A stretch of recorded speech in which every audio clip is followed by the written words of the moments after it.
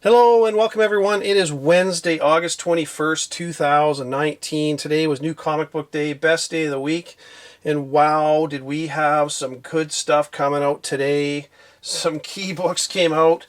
There was some really big stuff happening this week, so we'll get into that shortly. Just want to say thank you to all my subscribers on YouTube, followers on Instagram. You're all awesome. I say it every week and I really mean it because, man, some of the info and the stuff you guys are letting me know about is it's just amazing. I mean, I stay up to date on comics, and there's just so much stuff coming out. It's hard to get it all, and without all of you, some of you let me know about stuff. I really appreciate it. So, and like I say, I just share it with everybody, so it's great. It's great being part of this community. I love it, and there's a lot of great people out there. So thank you so much. I'm not doing a comic shop shout out today because I really want to get into my books and talk about stuff, because man, I got some really good books at the end to talk about, so stick around to the end, don't go anywhere. Before I get going, I mentioned in my last video that I was going to the swap meet. I didn't get it. I was looking for a bunch of those X-Men Phalanx Covenant books. I didn't find any, but I did find some good books. Now these are all, the most I paid was $3, so I'm going to show you, or sorry, $4 I paid for the last one, but I got X-Men 154, nothing major there, but I only paid $1 for it. I'm trying to kind of fill in a lot of holes I have in my X-Men, so I got that. I got a really nice copy of, it's got a small little crease, but I think I can press that out. There's no color break. Was another Savage She-Hulk. It's my third copy. I got that for a few dollars. I couldn't believe it. I got the Eternals annual number 1 from 1977. It's in really nice shape, except it's got, somebody used a black marker and blocked out number 1. But hey, I got it for $3, so I could not complain. It's got a small little crease there, but I mean, it's Eternals number 1. I'm not going to pass that up.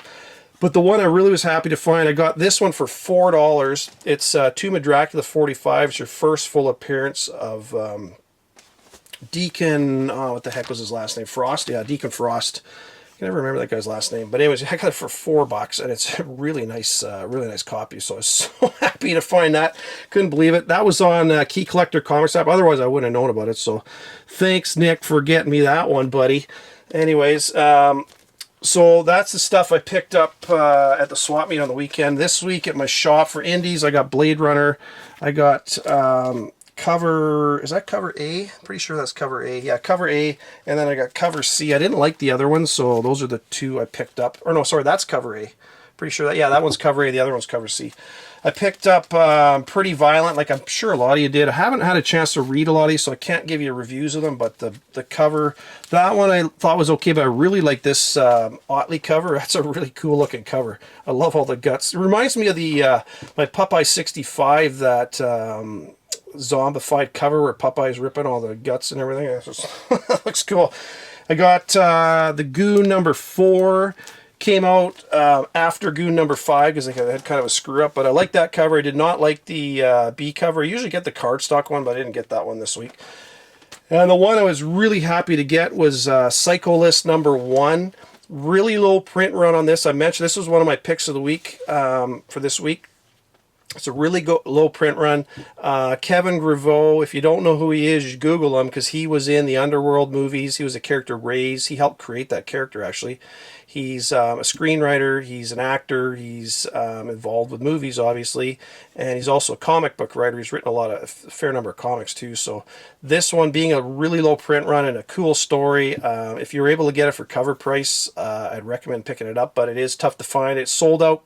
There were some copies still available on Black Box Comics a few days ago. I mentioned it on my Instagram, but they sold out within a few hours of that. So hopefully you got a few, because they were selling them at cover price. I did pick up a couple more. I might do a giveaway actually down the road when I get them, because I got 3 copies at cover price. So that's it for my indies from DC. Only picked up a few from them, but man, one's a biggie. I got Batman 232, just the facsimile. That's one I do not have the original, so I've got to try it. That's the closest I've come to it at the moment. I will get one eventually, but didn't get it yet. And obviously I got my Batman 77. Was able to get a few copies of that one. I'm not going to tell you what happens in it, but I'm sure if you don't know by now, just Google it. I don't want to ruin the surprise because it's just kind of a one-page splash page in there, and it's it's a big one. So whether or not it's really who I think it is, or we'll find out as the story goes along, but it looks like Tom King is finally starting to write some comics that actually have some starting with 75. I mentioned a while back that I recommend starting with 75 and moving forward because some key stuff was going to happen, and man, I hope you paid attention to that because this was a really good one. It's been the first time in a long time that I think I've seen a Batman comic really kind of get me excited to read it, so that was a really good one.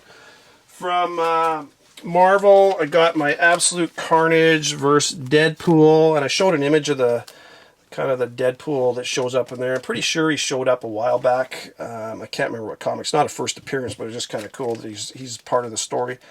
Got my Daredevil number 10. I have not read it yet. Like I said, I haven't read any of my comics yet.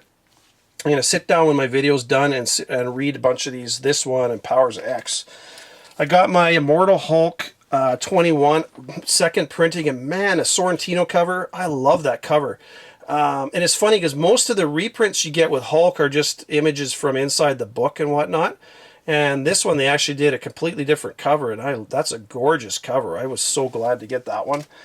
Got my Captain Marvel 8 second print. I was pretty happy with that. It's funny how they added Captain Marvel and Star on the cover, which wasn't in the original when they solicited it.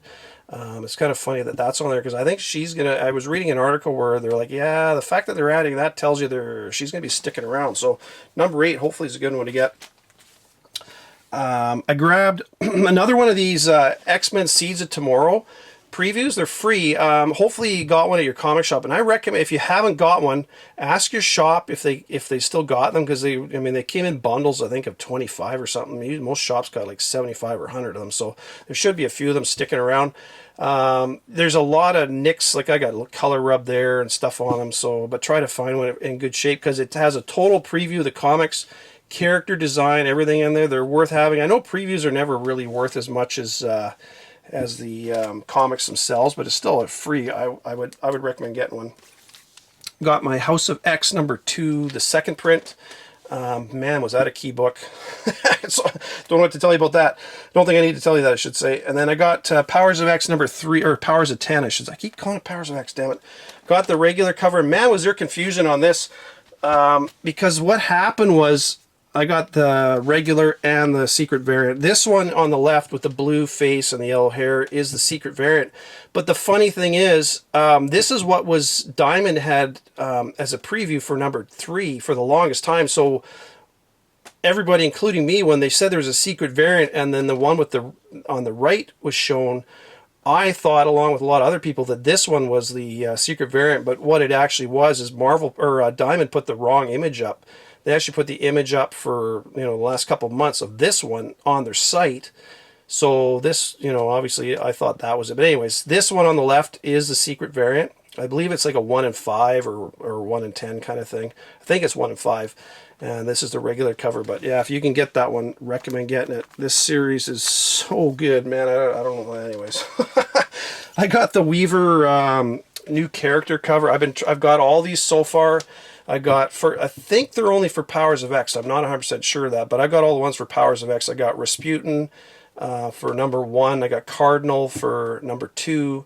And now I've got whatever the hell that is for number 3. I can't remember that character's name, but anyways. And then I also got the Huddleston one for 10. And I do have, there's the Generations cover. That's my reader copy because I don't like the cover that much, but I'm going to take care of it, obviously. But that's it for my books this week as far as pickups. This one I haven't read, but boy, as soon as I'm done this video, I am sitting down and reading that because it is so good. I cannot stress that enough. But I do want to talk about some stuff here, and I really think you're going to like it. I know I've shown these books in the past, Venom, and you're going to say, Jim, I know this. Oh, hang on, time out. I just got to stop this video for 1 second. Okay, so I've talked about these books several times. Nick's had them on the app, on the spec deck and stuff. So it's Venom 164 and Venom 165, and the big deal about those, as I'm sure you're all aware, is the symbiote gives birth to gives birth to another symbiote, basically. And that kind of is stillborn, whatever, at least they say it is in the comic. But then in Venom First Host, you learn that it's not. Anyways, and in Venom First Host number 3, you got a regular cover there, and then you've got the variant cover there. The symbiote merges with Eddie, or bonds with Eddie, I should say, and becomes the sleeper symbiote. I've shown this before. So you get your first full appearance of this new symbiote in Venom First Host number 3. So you're like, Jim, yeah, I know you showed this before, you know, and I've seen this, I know this.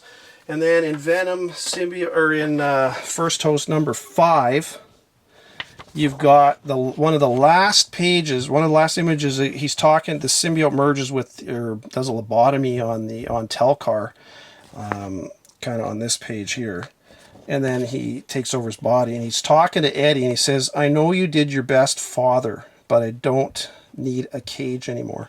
So he's calling him Father, which is really interesting. So I think you all know where I'm going with this. Anyways, and now I got to give a quick shout out to 2 people, Randini88 and Immortal Idiot. It's a cool name. He's not an idiot. He's actually a really smart guy. Anyways, because they sent me, I got, between the two, Randini sent me an image, and I'm going to put it on the screen right now. It's an image of the sleeper symbiote, and when I saw that, I'm like, holy crap, there's a new cover for one of the tie-ins. So I was looking through all the tie-ins coming out, and I couldn't find an image of this anywhere. I'm like, where the hell did that come from? Turns out there's a guy named Daniel Erm. Got to give him a huge shout out. He's an artist, and he did this image of the sleeper symbiote, and he posted it to Twitter. And he what he wrote was, "Don't forget about our beloved avocado baby," and he tagged Donny Cates and Ryan Stegman, and that was this morning. And then later today, Donny Cates replied, and you'll see the tweet on the screen. "I haven't." Dozens of Tumblr users scream. So Donny Cates said he hasn't forgotten about him, which is really cool. So now I want you to look. I'm going to put an image of Venom number 17 on the screen, and this comes out next week, and you probably looked at this. Venom's fighting a whole bunch of symbiotes, and you're like, yeah, okay, well, whatever, Jim, what's the big deal about that?